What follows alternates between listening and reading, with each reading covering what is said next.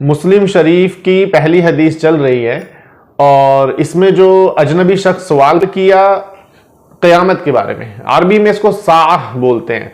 تو کیا فرمایا؟ قال فاخبرنی عن الساعہ، یعنی کہ انہوں نے کہا کہ مجھے قیامت کے بارے میں بتلائیے. تو اللہ کے رسول صلی اللہ علیہ وسلم نے فرمایا مل مسئول عنہا باعلم من السائل، کہ جس سے سوال کیا جا رہا ہے، جس سے پوچھا جا رہا ہے، وہ بھی سوال کرنے والے سے زیادہ نہیں جانتا اس سلسلے میں. کہنے کا مطلب یہ جو انداز جب اپنایا جاتا ہے عربی میں، تو اس کا مطلب یہ ہوتا ہے بھائی جتنا تمہیں پتا ہے اتنا مجھے پتا ہے، یعنی کہ قیامت کے بارے میں کوئی کچھ بھی نہیں جانتا، تو کہ وہ کب آئے گی کب نہیں آئے گی، مقصد پوچھنے کا یہی تھا. تو اس کے بعد میں پوچھنے والے نے، وہ اجنبی شخص نے پھر سے فرمایا، کیا کہا کہ فاخبرنی عن اماراتھا، کہ پھر مجھے اس کی نشانیوں کے بارے میں آپ انفارم کیجئے اور اطلاع دیجئے کہ اس کی نشانیاں کیا ہیں. کہ ٹھیک ہے یہ تو کوئی نہیں جانتا کہ جو ہے قیامت آئے گی کب، اس کا وقت کیا ہے، لیکن اس کی نشانیاں تو معلوم ہوں گی. تو بہرحال نشانیوں کے بارے میں سوال کیا کہ پھر مجھے اس کی نشانیاں بتلائیے آپ، اس کے سائنس کیا ہیں. سائن آف آرمگیڈن، اس کو آرمگیڈن بھی بولتے ہیں انگلش میں، اور دا آر بھی کہتے ہیں، دا آر. قال، تو اللہ کے رسول صلی اللہ علیہ وسلم نے فرمایا ان تلد الامۃ ربتها. اب غور کرنے کی بات ہے، اب یہاں پہ قیامت کی نشانیاں بیان ہو رہی ہیں، تو جو نشانی بتلائی وہ یہ بتائی کہ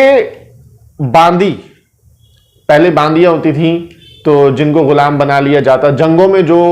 پہلے جو قید ہو جاتے تھے لوگ، بہرحال تو باندی جو ہے اپنی مالکن کو جنم دے گی، جنے گی،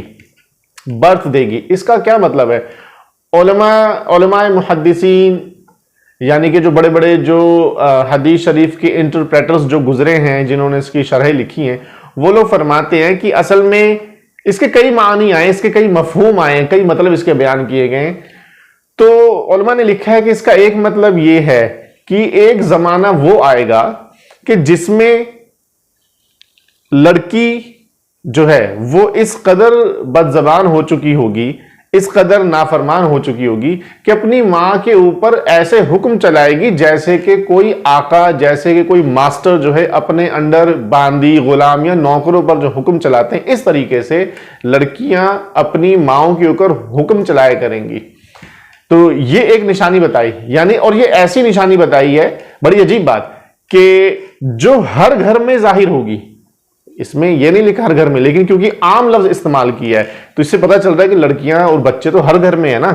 یعنی لڑکے تو لڑکے، لڑکوں کے بارے میں تو چلو سب کو پتہ ہی ہے کہ سب سے زیادہ انسان نرم اور باادب لڑکیوں کو سمجھتا ہے کہ بھئی لڑکیاں تو تب بھی بہرحال نرم بھی ہوتی ہیں، ایموشنل بھی ہوتی ہیں، مینرز بھی ان میں اچھے ہوتے ہیں، اور ماں سے تو بہت لگاؤ ہوتا ہی ہے، سب کو پتہ ہے. لیکن قیامت کے وقت کی جو نشانیاں ہیں کہ قیامت پاس آ رہی ہے یا آنے کو ہے، تو ان نشانیوں میں سے ایک یہ ہے کہ لڑکیاں تک جو ہے اس طریقے سے پیش آئی. یہ اس ٹکڑے کا، ان الفاظ کا معنی اور مطلب یہ علماء نے بیان کیا ہے کہ اس طریقے سے پیش آئی، اس طرح سے حکم چلائیں گی اپنی ماؤں پر، جیسے کہ کوئی آقا اور مالکن اپنی نوکرانی یا اپنے غلام کے اوپر، اپنی باندی کے اوپر جیسے کوئی حکم چلاتا ہے. تو یہ حالات ہو چکے ہوں گے، اور یہ ایسا سائن ہے جو لوگ اپنے گھروں میں دیکھ سکتے ہیں. یعنی اللہ کے رسول صلی اللہ علیہ وسلم نے بہت عام، بہت کامن سائن بتایا، ایسا کوئی نہیں کہ جسے بس کوئی دیکھ پائے، بہت کامن سائن، بلکہ اس میں زیادہ تر سائنس کامن ہی ہیں، اور یہ بہت کامن سائن ہے، بہت عام سائن ہے کہ ہر گھر میں دیکھا جا سکتا ہے، یا یوں کہیں کہ زیادہ تر گھروں میں دیکھا جا سکتا ہے. اور جیسے جیسے قیامت کے دن اور نزدیک ہوتے جائیں گے تو اور زیادہ یہ والے سائنز اور سمٹمز آتے جائیں گے سامنے. پھر اس کے بعد کیا فرمایا؟ وَأَن تَرَى الْحُفَاةَ الْعُرَاةَ الْعَالَةَ رِئَاءَ الشَّاءِ يَتَطَاوَلُونَ فِي الْبُنْيَانِ. اور یہ فرمایا کہ تم دیکھو گے کہ ننگے پاؤں چلنے والے لوگ، کپڑا جن کے بدن پر کم ہوتا ہے، یعنی جن کے پاس اپنے بدن ڈھکنے کے لیے کپڑا نہیں ہوتا ہے، عورات جن کو ہم ننگا بدن بولتے ہیں، کہ ایسے لوگ جن کے بدن تک پہ کپڑے نہیں ہوتے ہیں، العالہ جو غریب محتاج ہیں، فقیر قسم کے ہیں، رعاء الشاء بکریوں کے چرواہے، بکریوں کو چرانے والے، ایسے لوگوں کو تم دیکھو گے یتطاولون فی البنیان، کہ عمارتوں میں، بلڈنگز میں کیا کر رہے ہوں گے؟ فخر کر رہے ہوں گے ایک دوسرے سے. علماء نے اس کی بھی کئی توجیحات اور اس کے بھی کئی میننگز جو ہیں بتائے، اس کے مطلب بتائے. جن میں سے ایک دو مطلب ہم یہاں پہ بیان کر دیتے ہیں۔ عموماً عام طور پر جو بکریاں چرانے والے لوگ ہیں، اصل میں بکریوں کے سلسلے میں آئے کہ بکریوں کو چرانے سے جو ہے دل میں نرمی آتی ہے اور انسان میں تواضع اور ہمبلنس آتی ہے، ہیوملٹی آتی ہے، انسان ہمبل ہو جاتا ہے، متواضع ہو جاتا ہے، یعنی کہ نرم طبیعت ہو جاتا ہے۔ اور اچھا، بکریوں کو چرانے والے لوگ جانتے بھی ہیں عام طور پہ بیچارے وہ غریب بھی ہوتے ہیں، اور جب بکریوں کے پیچھے دوڑنا پڑتا ہے تو جنگل پیڑ پتھر سب جگہ تو ننگے پاؤں دوڑتے ہیں، اور ایسے لوگ جو ہوتے ہی غریب ہیں تو ظاہر سی بات ہے ان کے پاس کپڑے اپڑے بھی اتنے کہاں ہوتے ہیں۔ تو یہ ایک مفہوم، ایک سینس دیا گیا، اس کو آپ سمجھ سکتے ہیں کہ ایسے لوگ جو اس قدر غربت میں ہیں اور اتنے متواضع بھی ہیں، یہ بھی کہ وہ بہت نرم مزاج ہوتے ہیں عام طور پہ، ان میں تکبر نہیں ہوتا ہے، گھمنڈ نہیں ہوتا ہے عام طور پر، وہ بھی کیا کر رہے ہوں گے؟ بلڈنگز میں، عمارتوں میں کیا کر رہے ہوں گے؟ فخر کر رہے ہوں گے ایک دوسرے سے، یعنی ان تک میں تکبر آ جائے گا۔ ایک مفہوم یہ بیان کیا گیا، ایک مطلب، اور ایک یہ بھی مطلب بیان کیا گیا اس کا کہ جو آج کے غریب ہیں جن کے پاس کچھ بھی نہیں ہے، یعنی اس وقت کی بات ہو رہی جب اللہ کے رسول صلی اللہ علیہ وسلم نے یہ چیز بیان فرمائی ہے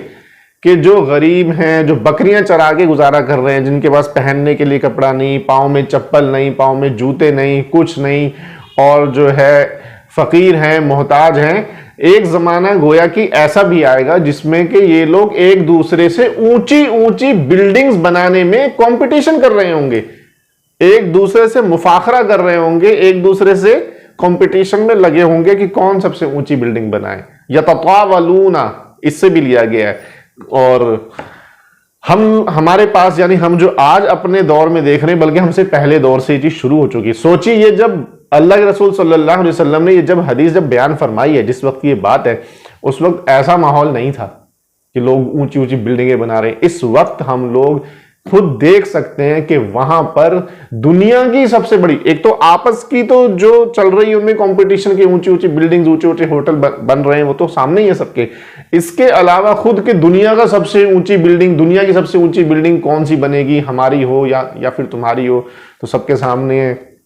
کوئی کہہ رہا ہے کہ بھئی دبئی کی برج الخلیفہ سب سے بڑی ہے، تو سننے میں آ رہا ہے کہ اب سعودی والے سوچ رہے ہیں کہ ان سے بھی اونچی ہم بنائیں۔ کہنے کا مطلب یہ سب سامنے، اور کہیں نہ کہیں یہ لوگ پیچھے سے، ہم خاص ایک آدمی کی تو بات نہیں کر سکتے، لیکن یہ سب وہ لوگ ہیں جو کسی دور میں جانوروں کو چرایا کرتے تھے، جن کے حالات ایسے تھے، اور اس قدر زمانے کا انقلاب آیا، یعنی کہ ریولوشنائز ہوا ہے، دوسرے الفاظ میں یہ کہیں کہ ریوالو ہو گیا ہے، بدل گیا ہے، گھوم گیا ہے، اور اس وقت ہمارے سامنے اب یہ حدیث اللہ کے رسول صلی اللہ علیہ وسلم کی پیشین گوئی بھی اس کو بول سکتے ہیں، ٹھیک ہے؟ تو یہ سب کے سامنے ہے، جس کو ہم بھوشیوانی بھی بول سکتے ہیں۔ تو یہ قیامت کی نشانیوں میں سے ایک ہے۔ قال، پھر فرمایا، ثم انطلق فلبثت ملیا، پھر یہاں سے حضرت عمر رضی اللہ عنہ نے فرمایا کہ وہ چلے گئے، یعنی کہ یہ چیز پوچھ کے وہ چلے گئے، جو اجنبی شخص آئے تھے، ایک اجنبی آدمی جو آیا تھا۔ ثم قال لی، پھر اس کے بعد اللہ کے رسول صلی اللہ علیہ وسلم نے فرمایا، یا عمر، اے عمر، اتدری من السائل، کیا تم جانتے ہو کہ یہ سوال کرنے والا کون تھا، یہ جو پوچھنے آئے تھے اجنبی آدمی، یہ کون تھے، کیا تمہیں پتہ ہے؟ قلت اللہ ورسولہ اعلم، میں نے کہا، یعنی حضرت عمر رضی اللہ عنہ نے فرمایا کہ میں نے کہا کہ بھی اللہ اور اللہ کے رسول صلی اللہ علیہ وسلم ہی بہتر جانتے ہیں، انہی کو پتہ ہے۔ علماء نے لکھا ہے کہ یہی طریقہ ہے، جب کوئی عالم، جب کوئی اللہ والے، جب آپ سے بڑے، آپ سے زیادہ جاننے والے جب آپ سے کوئی سوال کریں، اور یہ خاص کر علماء، اور یہاں پہ رسول اللہ صلی اللہ علیہ وسلم کا جو ادب ہے وہ تو سامنے ہی ہے کہ یہی طریقہ ہے ادب کا، کہ آپ ہی بہتر جانتے ہو۔ اس وقت تو مزاج اور رواج ہے نا کہ ہمیں بھی پتہ ہے، اس وقت عوام کا، پبلک کا یہ مزاج بنا ہوا ہے، یہ نیچر ہے کہ جتنا عالم صاحب آپ کو پتہ ہے اتنا تو ہمیں بھی پتہ ہے، بلکہ اس سے اوپر پتہ ہے، بولتے بھی ہیں اوپر۔ تو بہرحال یہاں پر آپ رسول صلی اللہ علیہ وسلم کے ساتھ جو ادب کا طریقہ ہونا چاہیے، اور علماء جو ہیں، اہل حق، جو صحیح علماء ہیں، جو اللہ والے علماء ہیں، ان کا، وہ لوگ جو ہیں علماء کے وارث ہیں، یہ بھی حدیث میں آیا ہوا ہے، تو ان کا ادب بھی علماء نے لکھا ہے کہ ویسے ہی کرنا چاہیے جیسے کہ اللہ کے رسول صلی اللہ علیہ وسلم کا ادب صحابہ رضی اللہ عنہم کرتے تھے۔ تو خیر، تو حضرت عمر رضی اللہ عنہ نے فرمایا کہ اللہ اور اس کے رسول ہی زیادہ جانتے ہیں، بہتر جانتے ہیں، یعنی آپ ہی بتائیے۔ قال، تو حضرت محمد رسول اللہ صلی اللہ علیہ وسلم نے فرمایا فَإِنَّهُ جِبْرِيلٌ، إِنَّهُ جِبْرَائِیل، کہ وہ جبرائیل تھے۔ وہ جو اجنبی شخص آئے تھے یہاں پر، جو سوال کر رہے تھے اب تک اسلام کیا ہے، ایمان کا کیا ہے، قیامت کے بارے میں بتائیے، قیامت کی جو نشانیاں پوچھ کر گئے ہیں، اور احسان کیا ہے، انہوں نے احسان کے سلسلے میں بھی پوچھا تھا۔ تو یہ سارے سوال کرنے والا جو وہ شخص تھا جسے کوئی پہچان بھی نہیں رہا تھا، اور ان کی ساری حرکتیں کتنی عجیب تھی کہ خود ہی پوچھ بھی رہے تھے، خود ہی تصدیق بھی کرتے تھے، کہتے تھے کہ آپ نے ٹھیک فرمایا۔ تو وہ شخص کون تھے؟ وہ شخص حضرت جبرائیل علیہ السلام تھے، جو اللہ کے بہت مقرب جو فرشتے ہیں، جو اللہ کے رسول صلی اللہ علیہ وسلم کے پاس وحی یعنی کہ اللہ کا پیغام لے کر آتے تھے۔ تو کیا فرمایا؟ فَإِنَّهُ جبرائیل، کہ وہ حضرت جبرائیل علیہ السلام تھے، يُعَلِّمُكُمْ دِينَكُمْ، تمہیں تمہارا دین سکھلا رہے تھے، تمہیں تمہارا دین سکھلا رہے تھے، یعنی کہ جو دین کے جو پرنسپلز ہیں، دین کی جو امپورٹنٹ باتیں ہیں، جو مین پرنسپلز ہیں، گویا کہ وہ تمہیں سکھا گئے۔ تو سکھانے کا طریقہ یہ ہوا کہ وہ سوال کرتے تھے اور اللہ کے رسول صلی اللہ علیہ وسلم جواب دیتے تھے، اور فائدہ آس پاس بیٹھے ہوئے لوگوں کو ہو رہا تھا۔ اس سے یہ پتہ چلتا ہے کہ علم کی مجلس میں